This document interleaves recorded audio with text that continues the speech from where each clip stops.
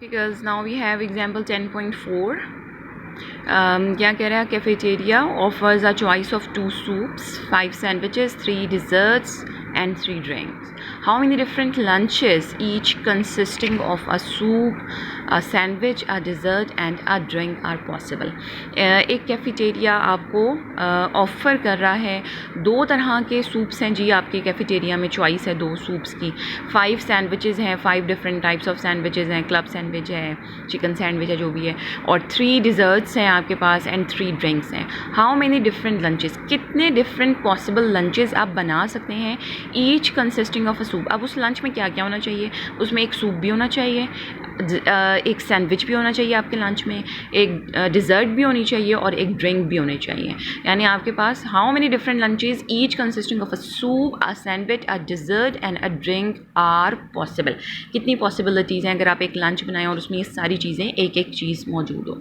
So we know कि ये तमाम चीज़ें आपके पास मौजूद हैं. क्या क्या आपके पास ऑप्शंस हैं? हमारे पास जो ऑपरेशंस हैं समझ लें, हमारे पास एक सूप को चूज़ करना है, दूसरा हमारे पास ये एग्जांपल है आपकी जी 10.4, और सूप हैं जी हमारे पास हैं सैंडविचेस, ठीक है, और हमारे पास हैं जी डिज़र्ट्स, और हमारे पास हैं ड्रिंक्स, ठीक है. अब सूप के सेलेक्ट करने के कितने ऑप्शंस हैं? 2 वेज़ हैं, 2 डिफरेंट वेज़ में, क्योंकि हमारे पास 2 सूप्स हैं तो हम डेफिनेटली सूप 1, अगर मैं इसको नाम दूं कि मेरे पास सूप 1 जो है वो एक S1 है और एक S2 है, तो मैं सूप 1 चूज़ कर लूं या सूप 2 चूज़ कर सकती हूँ. 2 ऑप्शंस हैं, दोनों में से जब मैंने एक लंच बनाना है तो मैं दोनों में से कोई सा भी चूज़ कर सकती हूँ. 3 तरह के जी मेरे पास सैंडविचेज़ हैं, और इसी तरीके से आपके पास जो डिज़र्ट्स हैं वो भी आपके पास 3 तरह की हैं, और जो आपके पास ड्रिंक हैं वो भी 3 तरह की हैं. अच्छा, यहाँ पर हम क्या करेंगे कि हमारे पास जो फंडामेंटल प्रिंसिपल ऑफ काउंटिंग का रूल था वो हमने अभी फ़िलहाल 2 ऑपरेशंस के लिए देखा था. ऑपरेशन ए कह लें और ऑपरेशन बी कह लें, ऑपरेशन 1 और ऑपरेशन 2 कह लें. तो हमारे पास जो था, हमने 2 ऑपरेशंस थे और दोनों ऑपरेशन के वेज़ को आपस में क्या कर दिया था? Multiply.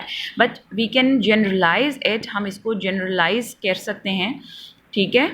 We can generalise it. कैसे जनरलाइज कर सकते हैं यहाँ पे कि अगर हमारे पास, सॉरी मैंने कट ही कर दिया इसको, जनरलाइज अगर आपने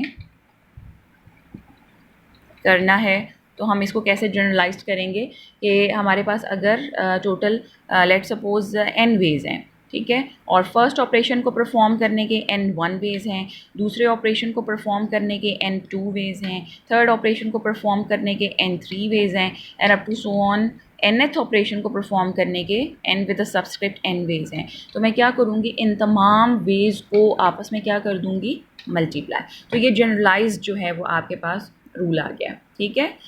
जो आपके पास फंक्शनल प्रिंसिपल ऑफ काउंटिंग था उसका जनरलाइज हो गया. अगर 2 ऑपरेशंस हैं तो हमने फर्स्ट वाले ऑपरेशन के वेज को m के साथ और दूसरे को n के साथ रिप्रेजेंट कर दिया और उनको मल्टीप्लाई कर दिया.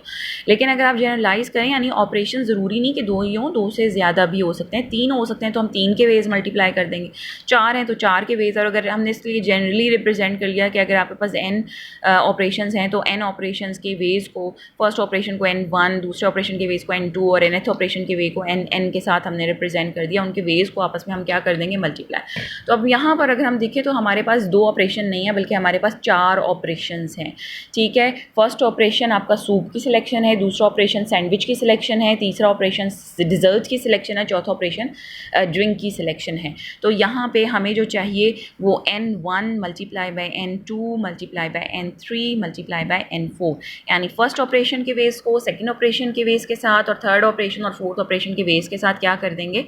मल्टीप्लाई. तो यहाँ पर अगर हम देखें तो n1 जो है दैट इज़ हमारे पास 2, ये हमारे पास n2 है, यहाँ पर हमारे पास n3 है, ये हमारे पास n4 है. तो हम क्या करेंगे यहाँ पे? 2 multiply by 3 multiply by 3 multiply by 3. How many you get? 3 multiply by 2 6, 6 3 ज़ा 18 and 18 multiply by,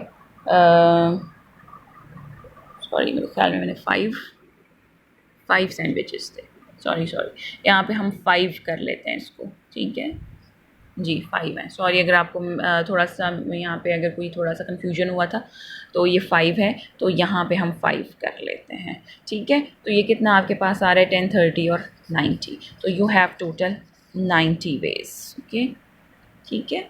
so these are the 90 ways. ये आपका जनरलाइज्ड रूल हो गया।